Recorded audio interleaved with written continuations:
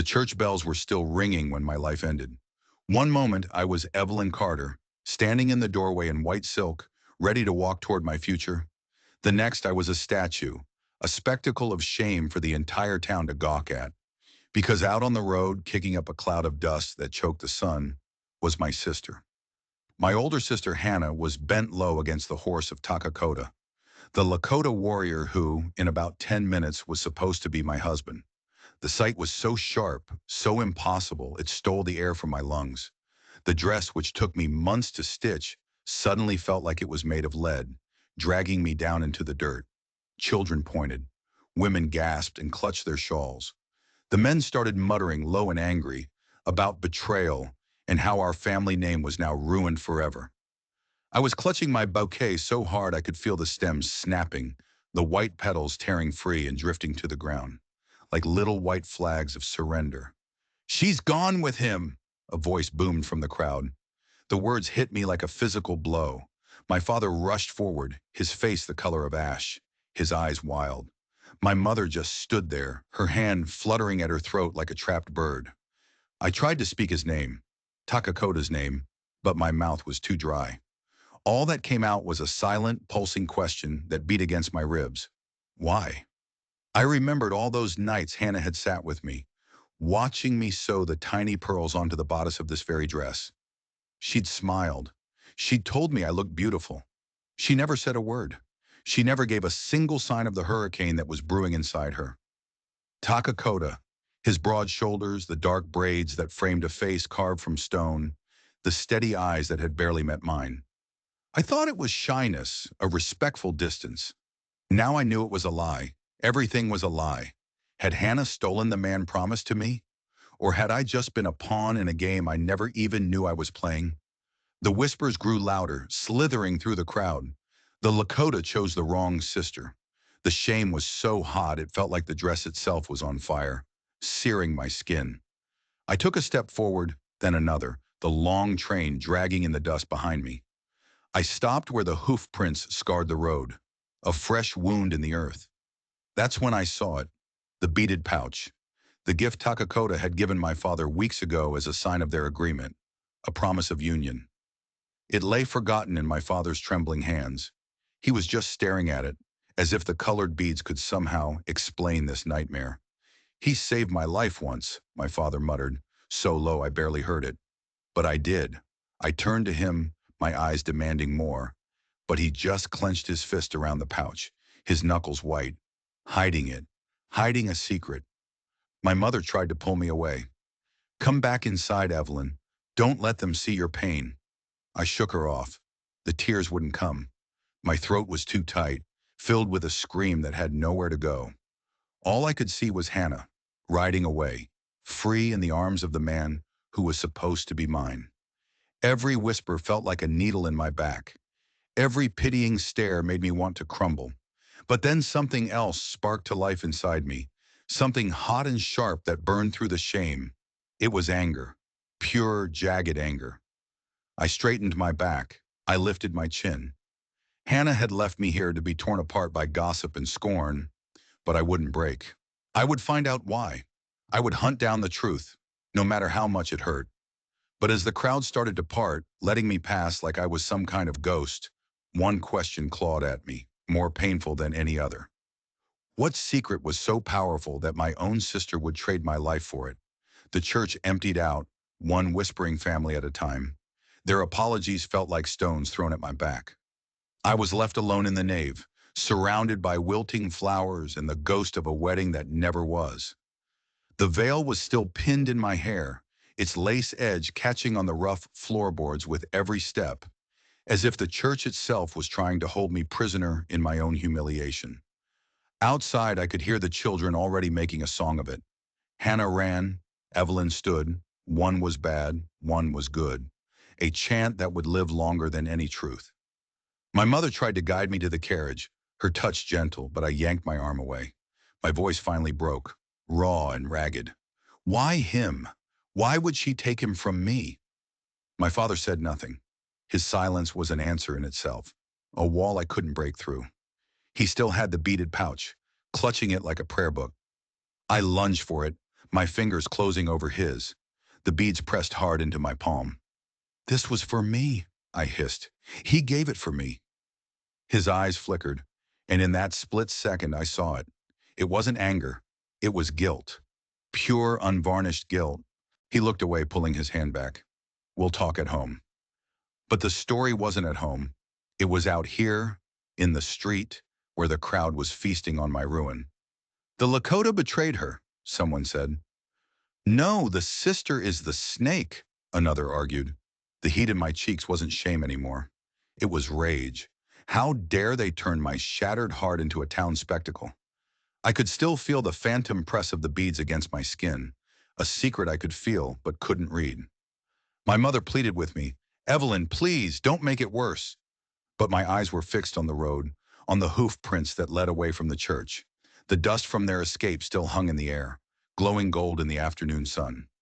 "The river bend," I whispered. It was a place Hannah and I used to go as girls. A secret place. My father's body went rigid. "You will not go after them." I turned to face him, my gaze as sharp as a shard of glass. "Then who will? Will you go demand an answer? Will you bring her back and make her look me in the eye?" He just stood there, shifting his weight, hiding the pouch behind his back. That simple movement, that act of hiding the truth from me again, hurt more than anything else. It was a second betrayal. With a cry, I ripped the veil from my hair and threw it onto the dusty church steps.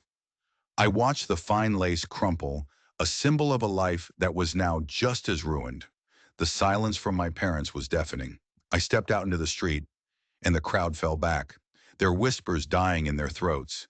They looked at me with something new now, not just pity, awe. I was no longer just the bride left at the altar. I was a woman on fire. But when I reached the edge of town, where the road stretched out long and empty toward the river, my courage faltered. The dust trail was fading. My sister was gone. My future was gone. A single tear finally broke free, hot and stinging on my cheek. "Hannah," I whispered to the empty road, "what promise could possibly be worth my ruin?" My hands still felt the ghost of the beads pressed into them, a pattern of secrets I couldn't decipher. Back at the house, the parlor was a funeral for a life I was supposed to have. The wedding cake was already starting to sag, the flowers on top wilting. Every servant moved around me in a cloud of silence and pity. I stood at the window, still in my filthy, torn wedding dress, watching the first lanterns flicker on across town. My mother came in, holding a shawl. "You need to take off that dress, child," she said softly. "You're only cutting the wound deeper." My voice was flat, dead. "It's not the dress that's cutting me, Mother. It's the silence." I turned from the window to face her. "What is the secret in that pouch? Why would Father look so guilty? Hannah wouldn't do this to me. Not unless the betrayal started long, long before today." Her eyes filled with a familiar, useless sorrow. Her lips trembled like she was fighting back a confession. Then she shook her head. "Some truths are heavier than lies, Evelyn. Let it be." "It already crushed me," I snapped, the fire returning. "What more damage could it possibly do?" I stormed past her and went straight to my father's study. The door was closed, but I could hear his low rumble, talking to one of the neighbors. I pressed my ear to the cold wood. "They'll call it a scandal," the neighbor was saying. "Your family name is done for. The younger one ruined, the elder run off with a savage." My father's voice was hoarse with strain. "Better one daughter ruined than the whole family dishonored. Takakota saved my life. I owed him a debt." My blood ran cold. My entire body went rigid. A debt? He saved his life? When? Why had no one ever spoken of this? The neighbor pressed on. "A debt? Then why all this theater with Evelyn? Why promise him the younger one?" There was a long, heavy silence. Then my father sighed, a sound of pure defeat. "Because she is the younger one. I thought, I hoped he would accept her instead, that the original promise could stay buried in the past." I had to clap my hand over my mouth to keep from screaming. I stumbled back from the door, my heel catching on a floorboard, which let out a loud creak. The voices inside stopped. The latch clicked. I ran. I fled before that door could open, before I had to see the guilt on my father's face. My skirts flew around me. my heart hammering against my ribs. It wasn't a wedding. It was a trade. A secret bargain made over a life debt I never knew existed. Hannah hadn't stolen him from me. She had gone to claim what was already hers. Out in the yard, the cool night air did nothing to stop the burning in my chest. I collapsed against a fence post, gasping for breath. The beaded pouch wasn't a gift of union. It was a marker of debt, a claim check. My entire life, my future, had been nothing but a lie, a performance to hide a promise made years ago. The tears finally came then, hot and furious, streaming down my face. But underneath the grief, something else was hardening inside me, a core of ice and steel. If my family was going to shatter my life with their secrets, then I wouldn't be buried in the rubble. I would dig every last one of them out into the light, no matter who got burned. But one question screamed louder than the rest. If Hannah was the one promised to Takakota all along, why? Why did my own father let me put on this white dress? Why did he stand by and watch the whole town witness my utter humiliation? The night air was cold and damp, but I didn't feel it. I was running, my dress tearing on thorns and burrs, the truth rattling in my head like a snake in a cage. He saved my father's life, and my father paid him with my sister. The lie of my wedding had been exposed, and I couldn't breathe in my own home, in my own life anymore. So I ran down the dark road toward the river bend, the same path Hannah had taken. The lights of the town vanished behind me, and I was alone with the sound of my own ragged breathing and the crunch of gravel under my feet.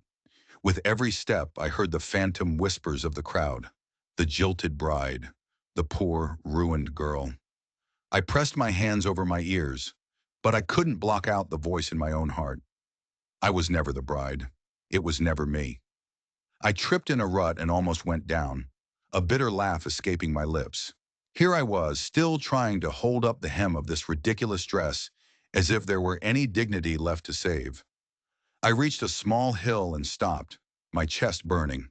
In the distance, under the sliver of a moon, the river was a ribbon of silver, and near its bank I saw it, a single flickering torchlight. Then I heard it, faint on the wind, the nicker of a horse. My heart hammered against my ribs, a wild mix of terror and a desperate, aching hope. I pushed forward, wading through tall grass that hissed against the silk of my gown. The sounds grew clearer. A man's voice speaking in the low, steady tones of the Lakota language. And then Hannah's voice, quiet but firm, answering him. I crept closer, hiding myself in the deep shadow of a cottonwood tree, and I watched. Hannah was standing by the water's edge, her dress torn, her hair coming loose from its braid. Takakota stood beside her, his broad back to me, the torchlight on his saddle casting them both in a fiery glow. His hand was covering hers, and in her hand I saw the shimmer of beads, the pouch. My father must have given it to her, or she'd taken it. Hannah's voice carried on the wind, trembling but clear. I wouldn't have shamed her, Takakota, not if there was any other way. But it's my name on father's debt, not Evelyn's. You saved him. He promised me. It is my place to honor it. My throat closed up. The betrayal was so deep, it felt like I was drowning. Takakota's reply was too low for me to catch all the words, but I heard enough. Your father hid the truth. The town sees a thief where there was an oath. Hannah's head bowed. Then let them see a thief. I will carry the shame. It's better than Evelyn carrying a chain she never knew was forged. My fingernails dug into the rough bark of the tree, my whole body shaking with a fury so cold it burned. For my sake? You left me in a church full of staring, pitying eyes for my sake? You destroyed my life and called it a sacrifice? I wanted to scream, to run out there and tear them both apart with my bare hands.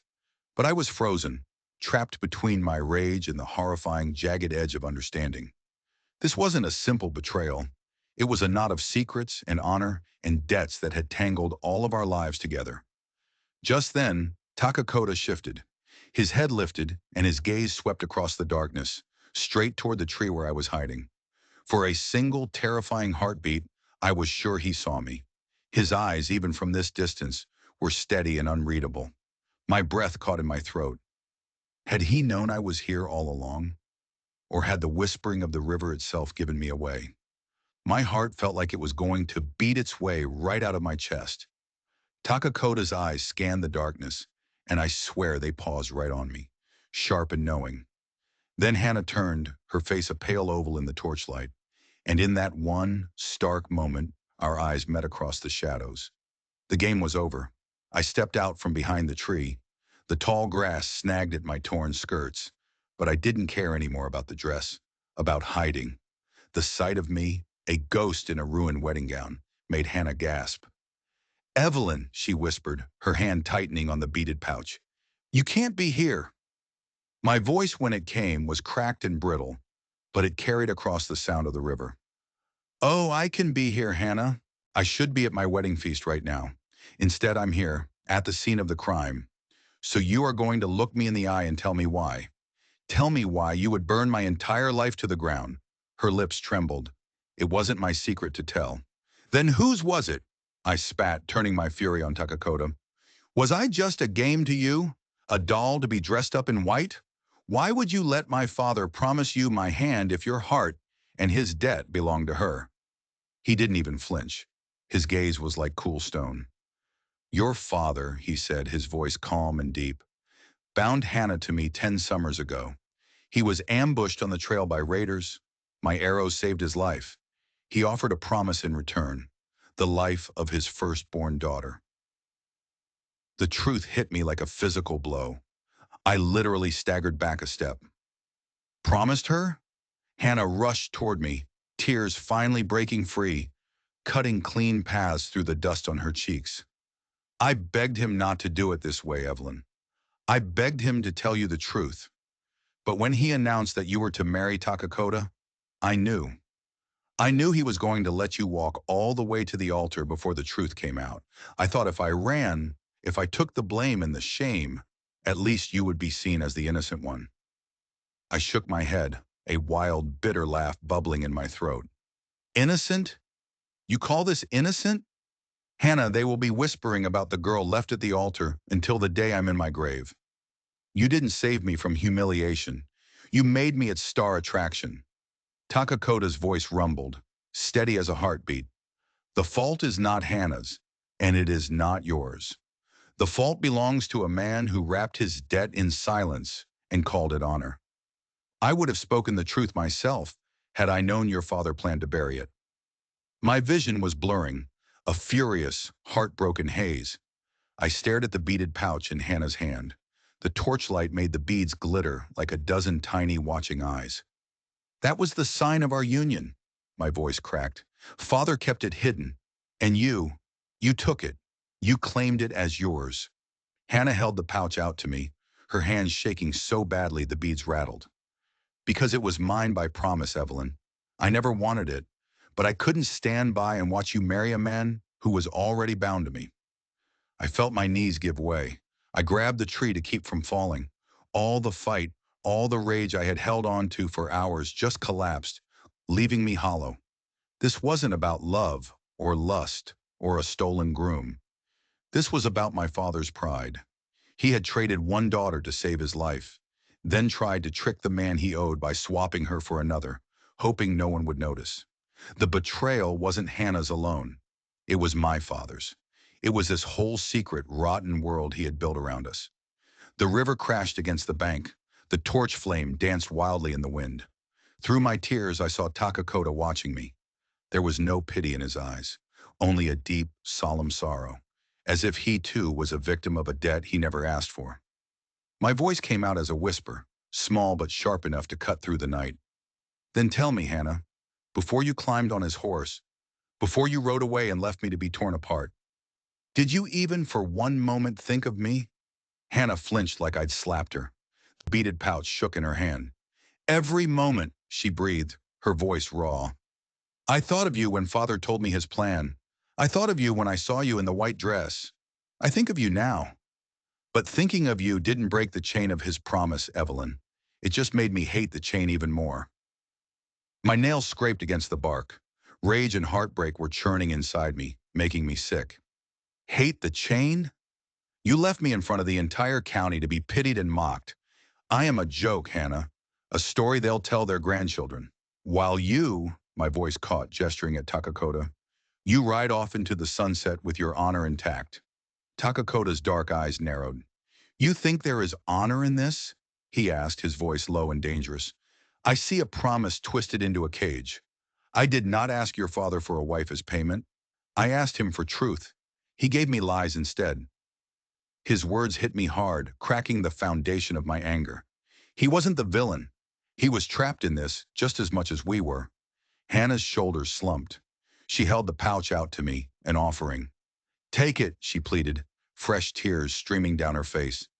Please, Evelyn, take it. Let the town think it was a mistake, that he came back for you. I will disappear. I will be the thief. Just let it spare you. I stared at the shimmering beads, the symbol of all this pain. For a second, I wanted it. I wanted to snatch it and reclaim the story, to rewrite the ending. My hand trembled as I reached for it. Then I pulled back like I'd been burned. No, I said, my voice hoarse. It was never mine. You were the one promised in secret, and I was the one promised in lies. Taking it now won't fix anything. It just makes the lie bigger. A heavy silence fell, broken only by the sound of the river and Hannah's ragged sobs. I never wanted to take your place, she wept. I just wanted to stop you from walking into a trap. I stepped closer until we were face to face, my breath mingling with hers. Then why didn't you tell me? Why did you let me sew the dress? Why did you wait until the bells were ringing and every eye in the county was on me? Her voice shattered. Because Father forbade it. He said the truth would destroy our family. I kept quiet, hoping, praying that Takakota would see me, see the promise, and turn away, that the vow would just fade. She glanced at Takakota, at the unyielding set of his jaw. But he didn't fade, she whispered. My heart twisted. It was a new kind of pain. The betrayal was still there, hot and sharp, but now I could see the bars of the cage my sister had been in. She was bound by a daughter's obedience, just as I was humiliated by a father's deceit. I pressed a hand to my chest, feeling the damp silk of the ruined dress. We are both trapped, I murmured, but Takakota's voice cut through the darkness, deep and final. No, the secrets are out now. The river has heard them. The lies are broken. What binds us now is not the old oath. It is choice. I turned away, the word choice tasting like ash in my mouth. Freedom felt an awful lot like loss. The pouch still hung in the air between us, a glittering weight of promises and lies, waiting for one of us to finally claim it. A new question, sharp and trembling, clawed its way out of me. If we have a choice now, Hannah, I said, my back still to them, then choose, him or me. The torchlight threw dancing shadows as my question hung in the air, heavy and terrible. Hannah stood frozen, the pouch in her hand, her eyes darting from me to Takakota. She couldn't answer. She didn't have to. Her silence was the answer. My breath hitched. The final piece of my heart, the little bit I hadn't realized I was still hoping for, crumbled to dust. But it was Takakota who stepped forward, his shadow covering us both. You ask her to choose, he said, his voice quiet but firm. But this choice was never hers to make. It was forced upon her by your father's pride. Do not make her pay for a debt that was never her own. My throat felt like it was full of glass. And what about me? What about my pride? I was dressed like a lamb for slaughter, for a wedding that was nothing but a lie. My voice broke, echoing off the trees. Tell me, Takakota, when you looked at me during our courtship, did you see anything at all? Or was I just a ghost? His eyes held mine, and for the first time I saw something flicker in their depths. I saw a woman with more strength in her heart than all the lies that surrounded her. He said, I saw you stand tall when the whisper started. That is not a ghost. That is a warrior. His words were a strange kind of poison, both stinging and soothing. I turned away, unable to let him see the fresh tears they brought. Hannah's voice trembled behind me. I didn't run with him to hurt you, Evelyn. I ran because I knew father's debt was a poison. I thought if I drank it all myself, you would be spared. I whirled back around, my torn skirt whipping against the grass. You think being a martyr saves me? It doesn't. It just leaves us both broken in different ways. I stumbled, my hand flying out to grip the tree trunk for support. The delicate lace on my sleeve snagged on the bark and ripped, the sound of tearing threads echoing the sound of my family falling apart. Takakota moved closer, his voice taking on a tone of command. Enough. This night has bled you both enough. The river has washed the secrets clean. It is done. I shook my head, bitterness choking me. It's not done. A new day won't erase what the whole town saw. They won't remember the truth. They'll only remember me, standing alone in a white dress. His gaze softened. Let them whisper, he said, his voice firm. Their words can only hurt you if you let them. You are not their story to tell. For the first time all night, my anger faltered, replaced by a wave of pure, crushing exhaustion. I sank to my knees in the wet grass, the ruined dress pooling around me like a shroud. Then what am I? I whispered to the ground. If I'm not the bride they all pitied? Hannah was beside me in an instant, her hand closing over mine. I tried to pull away, but she held on tight. You are my sister, she said, her voice fierce, her own tears finally falling freely. And I will not let this night erase that. The pouch lay on the ground between us, its beads catching the dying firelight. Takakota knelt, his large frame casting a long shadow, and placed his hand over both of ours, his touch covering the pouch. This was meant to honor a debt, he said. From now on, it will honor the truth. It will not divide you. It will remind you.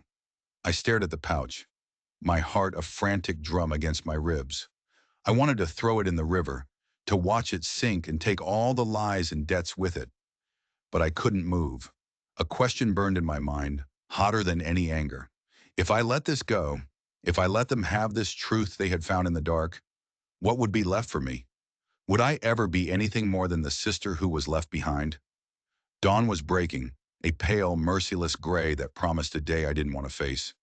I walked back to town like a ghost, my torn gown trailing in the dust. Hannah and Takakota followed on his horse, keeping a respectful distance, their silence a heavy weight behind me. The beaded pouch was tied to Hannah's saddle, glinting in the new light. When we reached the edge of town, it was just as I feared. They were all there, waiting. Men leaning against posts, women huddled in their shawls, their faces a mixture of pity and morbid curiosity. The whispers started instantly, a brush fire of gossip. She's back. The bride is back, and the sister is with him. I felt their stares like 1,000 tiny cuts. My father was on the church steps, his face haggard. My mother was weeping softly into a handkerchief. I wanted to run, to disappear, but my feet felt like they were nailed to the ground. Takakota dismounted, his presence silencing the crowd. He stood tall, his eyes sweeping over them without a trace of fear. Hear me, his voice rang out, clear and strong. You believe you saw a betrayal yesterday. You did not. You saw the payment of a debt. He pointed a long finger at my father. Years ago, I saved that man's life. In return, he promised me his firstborn daughter, Hannah, not Evelyn. A wave of gas rippled through the crowd. My father went pale, his mouth opening and closing like a fish. He chose to hide this truth, Takakota continued, his voice like rolling thunder. He chose to dress another in white, to make a mockery of my honor and his own. So do not scorn the woman left at the altar, and do not curse the one who rode with me. Save your scorn for the man whose silence made pawns of his own daughters. The crowd erupted in shocked murmurs. All eyes turned from me to my father. For a moment, a sliver of dark satisfaction went through me, but it vanished as quickly as it came, replaced by the same aching hollowness. The truth was out, but it didn't heal me. My hands started to shake. You think that spares me? I cried out, my voice breaking. The whole town went silent, turning back to me. You think I'm free now? He made me a fool in front of all of you. My sister will be called a thief, but I will be called pathetic. I will be the story of pity you tell for the rest of my life. The silence that followed was thick and suffocating. The townspeople shuffled their feet, some looking ashamed, others still hungry for the drama. Hannah slid off the horse and came to my side. Her voice was quiet, but everyone heard it. "Then blame me," she said. "Call me a thief. Call me a liar. I will wear any name you give me. But do not call my sister weak. She stood before you all, with her heart torn out, and she did not fall. The only person with any real honor here today is her." Her words hit me harder than any insult, because under the guilt, I heard the love. I looked at my sister, really looked at her, and I didn't see a rival. I saw a girl who had been trapped in a promise just as I had been trapped in a lie. An old man from the back of the crowd stepped forward. "The Lakota speaks the truth. The fault lies with the debt, not the daughters. Let the shame rest where it belongs, on the silence." A few people nodded in agreement, but the judgment in many eyes was still there. I swayed on my feet, the world tilting. Takakota's hand was suddenly on my arm, steadying me. I looked up at him, my vision blurred with tears, my heart a tangled mess of gratitude and pain. The truth was out. But standing here with the entire town staring at me, I knew the real fight. The fight to live with that truth had only just begun. The sun was climbing, its light feeling harsh and accusatory. The whispers didn't stop. They just changed. So it was the father's fault. Still, what a scandal. I could feel the story shifting, but I was still trapped at its center. Hannah stayed close, the beaded pouch in her hands, her knuckles white. Takakota stood like a mountain, ignoring the muttering, but his calm seemed to infuriate some of the men. "So the Lakota doesn't steal horses, he steals our women," one of them shouted. A few others grunted in agreement. "What kind of promise tears a family apart?" another yelled. My father raised a trembling hand, trying to regain control, but it was too late. The town's fear and prejudice had found a target. Before he could speak, my voice cut through the air, hoarse but loud. "Don't ask what the promise was worth.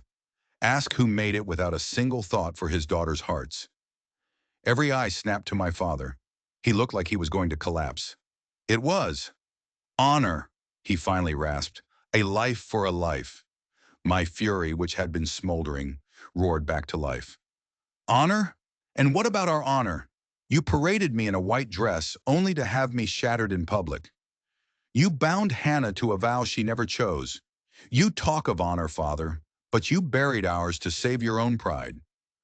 A collective gasp went through the crowd. A daughter did not speak to her father that way. I didn't care. Hannah stepped forward, her face wet with tears. "She's right. He thought silence was a shield, but it was a cage. I rode away because it was the only key I had." I spun on her, the raw wound of my own pain splitting open again. "And you call that freeing me? You left me to drown in their pity while you rode off with him." My voice cracked on the last word, and Hannah physically recoiled, clutching the pouch to her chest like a shield. For a heartbeat, we were just two sisters, face to face in the dirt, tearing each other apart over a wound neither of us had caused. "Enough!" Takakota's voice boomed, stopping us both. "Do not bleed each other for the cut your father made." His gaze swept the hostile faces in the crowd. "You want a judgment? Then judge me. I will not return a woman who was promised to me. Hannah is bound to my protection by an oath your elder made. If that earns your hatred, I will carry it." His words were a challenge thrown at their feet. The angry men shuffled, spitting in the dust, but none of them moved forward. He had met their anger with unwavering strength, and it had disarmed them. My breath caught in my throat. Hannah reached for my hand, her touch trembling. "Evelyn, please, don't let them win. Don't let this ruin you. You are more than what they took from you." I snatched my hand back, the tears spilling hot and fast. "More than what was taken? I don't even know who I am anymore. The bride who wasn't a bride? The sister who was betrayed? Tell me, Hannah, what name do I have left?" The question silenced everyone, or it hung in the dusty street, an accusation aimed at every person who had ever whispered my name with pity. No one had an answer. Then the beaded pouch slipped from Hannah's numb fingers. It fell to the ground, landing in the dirt right between us. The colors, red for blood, white for truth, blue for the river, seemed to glow in the morning sun. a silent, final judgment. Every eye in that street was fixed on the small leather pouch lying in the dust. It was the heart of all this, the seed from which all this pain had grown. My father's debt, Takakota's claim, Hannah's cage, my ruin. I wanted to stomp on it, to grind its beads into dust until the memory of it was gone forever. But it was Hannah who moved. She knelt, her hands shaking, and picked it up. She held it out to me. Her voice was broken. "Take it, Evelyn, please. Let them see you hold it. I'll leave. I'll take the blame for everything. If you have the pouch, they will call you the chosen one, and I will just be the sister who ran away." The world swam before my eyes. For a second, I was tempted. I could take it. I could salvage some piece of my dignity from this wreckage. But what would I be left with? A life built on yet another lie, clutching a promise that was never mine. I took a step back, shaking my head. No, I won't be healed with a lie. Takakota's deep voice cut in, quiet and resolute. The pouch was never meant to break you apart. It was meant to honor a life. Let it now honor the truth. He knelt, taking the pouch from Hannah's trembling hand. But instead of keeping it, he rose and pressed it firmly into mine. The beads dug into my palm. "You were wronged," he said, his dark eyes holding mine. "Let this not be a reminder of a lie. Let it be a reminder of the strength you found when you were at your most broken." Then he turned to Hannah, his voice softening. "And you are bound to me now, not by a debt, but by a vow I make freely. I will protect you not with silence, but with choice." Hannah let out a sob, a sound of grief and relief all at once, and nodded. My father, seeing this, finally broke. He sagged against the church railing, a man hollowed out by his own pride. The crowd shifted, their scorn finally melting into a grudging respect. They were seeing us not as a spectacle anymore, but as two sisters, bruised but still standing. I looked down at the pouch in my hand. The bite of the beads against my skin no longer felt like a brand of shame. It felt like a scar, a reminder of a battle I had survived. I walked to my sister. My voice was raw, but it was steady. "I can't forgive what happened yesterday, Hannah. Not yet, but I won't let it destroy us. You are still my sister." She grabbed my hand, her fingers clutching mine desperately. Takakota bowed his head once, a solemn acknowledgement. Then I turned to face them all. The crowd, my parents, my entire world. My dress was torn, my face was stained with tears, but my spine was like iron. "Whisper whatever you want," I said, my voice ringing out in the morning air. Yes, I was the bride left in white, but I did not break. I walked over to my father and pushed the beaded pouch against his chest. "This is your debt. You can keep it. I will carry only my own name." And then I walked away. I walked right through the middle of the crowd, and they parted before me. My torn gown trailed behind me, not as a sign of ruin, but as a banner. My heart was in pieces, but for the first time in my life, I felt truly, terribly, and powerfully free. Behind me, Hannah and Takakota stood together, their future finally beginning, and the river in the distance kept flowing, carrying our secrets out into the light. If you were moved by Evelyn's story of strength, don't forget to hit that subscribe button for more tales from the echoes of the West. Now we have to ask, when faced with a deep family betrayal, is forgiveness the only path to freedom? Or is walking away sometimes the stronger choice? Let us know your thoughts in the comments below.